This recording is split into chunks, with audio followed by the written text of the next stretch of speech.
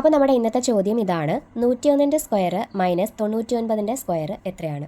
അപ്പോൾ നിങ്ങൾ വിചാരിക്കും ഇത് സിമ്പിൾ അല്ലേ കണ്ടുപിടിക്കാൻ വേണ്ടിയിട്ട്. അപ്പം ഇത് അറിയാത്തവർക്ക് വേണ്ടിയിട്ടാണ് ഞാൻ ഇതൊന്നും കൂടി പറയുന്നത്. അപ്പോൾ ഇത് എങ്ങനെയാണ് ചെയ്യുന്നത് നിങ്ങൾക്ക് എല്ലാവർക്കും അറിയാം. നിങ്ങളെല്ലാവരും കൊച്ചു ക്ലാസ്സിൽ സർവ്വസമവാക്യങ്ങൾ എന്ന് പറയുന്ന പാഠം പഠിച്ചിട്ടുള്ളതാണ്. അപ്പം അതിനകത്ത് ഒരു ഇക്വേഷനും കൂടി പഠിച്ചായിരുന്നു. എന്തായിരുന്നു ആ ഇക്വേഷൻ?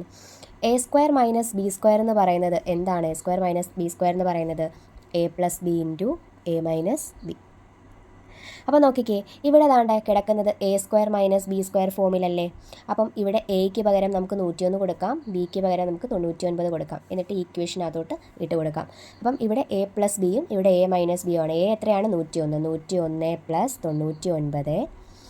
അതേപോലെ 101 മൈനസ് 99 നമുക്ക് ചെയ്യാം.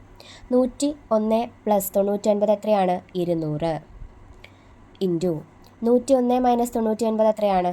2 ഈസ് ഈക്വൽ ടു 200 ഇൻറ്റു 2 എന്ന് പറയുമ്പോൾ എത്ര കിട്ടും നമുക്ക്? 400 എന്ന് ആൻസർ കിട്ടും. അപ്പോൾ നമുക്ക് ഇവിടുത്തെ ആൻസർ എത്രയാണ്? 400 ആണ് അല്ലേ.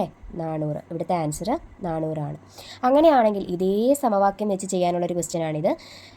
അപ്പം നിങ്ങൾക്കുള്ള ക്വസ്റ്റ്യൻ ഇങ്ങനെയാണ്, 203ൻ്റെ സ്ക്വയർ മൈനസ് 197ൻ്റെ സ്ക്വയറിൻ്റെ വില എത്രയാണെന്ന് കണ്ടുപിടിച്ചിട്ട് നിങ്ങൾ എന്ത് ചെയ്യുക? ഒന്ന് കമൻറ്റ് ചെയ്യുക.